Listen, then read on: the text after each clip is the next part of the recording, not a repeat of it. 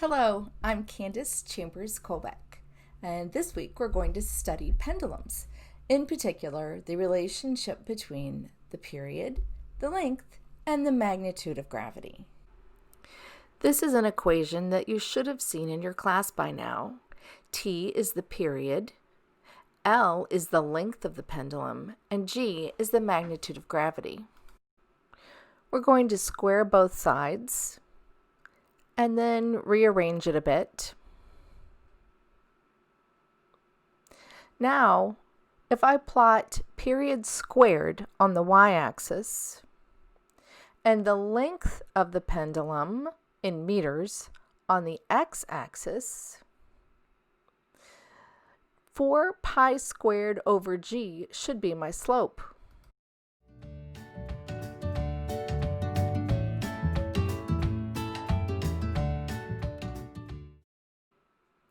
I can take this equation and solve it for g, and from this I can use my slope to get an experimentally determined value of gravity. What are the units going to be on the slope? Let's analyze our equation. The units for period squared will be seconds squared. The units for length will be meters. Therefore, the units for the slope must be seconds squared per meter in order for the units to cancel out.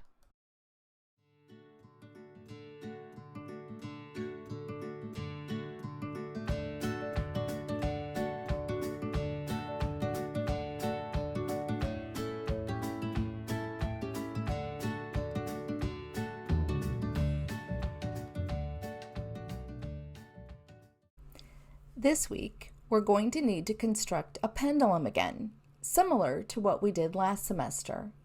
We do not need to know the mass of the bob, but we will need to be able to measure the length of the pendulum, which is going to be the distance from the pivot point to the center of the bob, or the center of mass of the bob. So you will want to take these things into consideration. I made mine using dental floss, a tennis ball, and duct tape.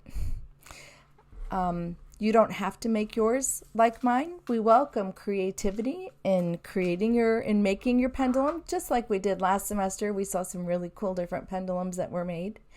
But what you do need to take into consideration for this experiment is you want your bob to be relatively symmetrical in its mass, because we're going to measure from the pivot point down to the center of mass of the bob. So it's important that the bob be something that has the mass distributed relatively symmetrically. And your length of your pendulum needs to be such that you can relatively easily change the length 6 different times. So we're going to record 6 different lengths. So you'll want to take that into consideration as well as you create it, and because we're going to need 6 different lengths for which we swing the pendulum back and forth and time the period of oscillation. As you may know, our Physics 1 virtual labs had students making pendulums at home. We saw many awesome and creative pendulums. Just recall, you need to be able to modify the length this time. If you're having difficulties coming up with ideas for how to make your pendulum with materials you have around your dorm or your home, please reach out to your lab instructor because he or she can help you. Hi, so I've got my pendulum set up out here. Up at the top I have a piece of duct tape, and this is dental floss, and with my particular setup, taping it right here is a good move because you probably can't see it from the camera, but this piece of wood is pushed back. So there's, especially because this is dental floss, there's very little friction that's going to be present. So this is my best taping point. But I will note, if you had a slightly different setup, maybe if you were using yarn instead, you might want to have it taped there at the edge, at the bottom edge of whatever lip you were hanging it over. So I'm using dental floss. And then at the bottom, I have a tennis ball that I tied the dental floss around the tennis ball, and then I put a whole bunch of duct tape on it. So that's gonna be my pendulum. And for my setup, I'm going to use the stopwatch on my iPad. And I'm gonna, once I know the length of the pendulum bob, I'm gonna pull the pendulum to the side, and the moment I release it, I'm going to push start on my stopwatch. And then I'm going to count 10 swings and hit stop.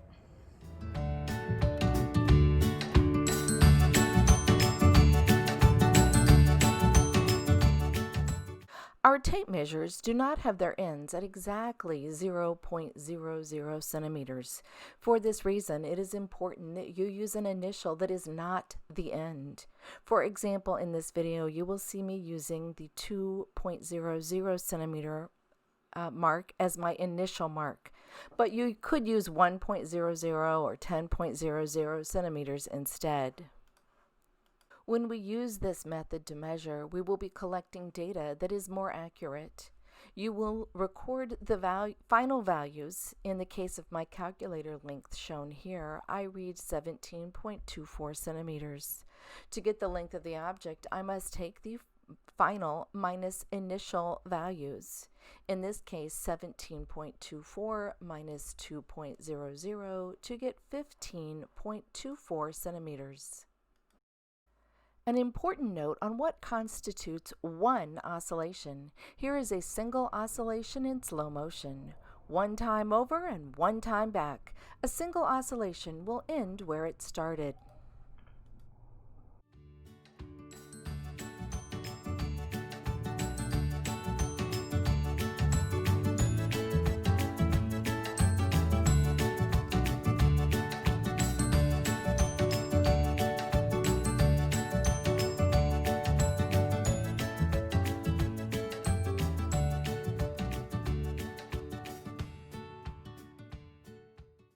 Let's see that again. I'm going to slow down the time-lapse video.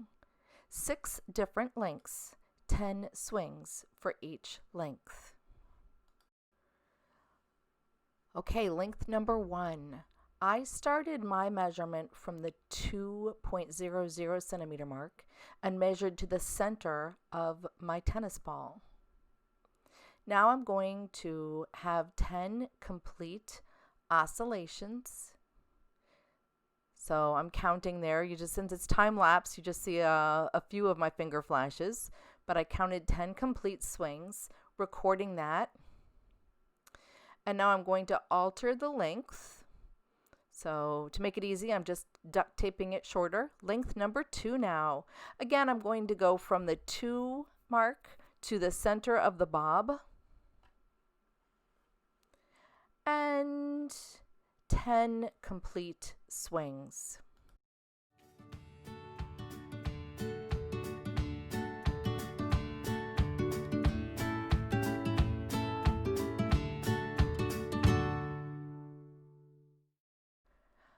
I will adjust the length again, making it shorter, taping it. So this is my 3rd set of data, starting at 2, measuring to the center of the bob, recording that, and starting my iPad to time 10 complete swings. My iPad's down there. That's what I'm watching.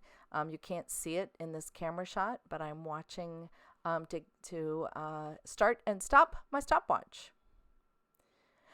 And now shortening it again, and we're doing length number 4, starting at 2, going to the center of the bob.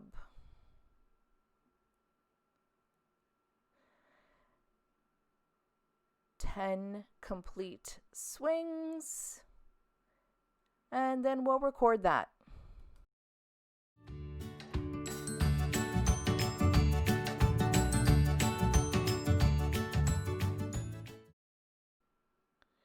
Shortening the pendulum again. This is for our 5th data set.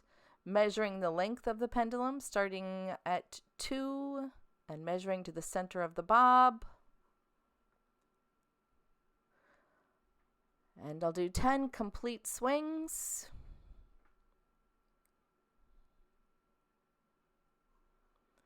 And record that time.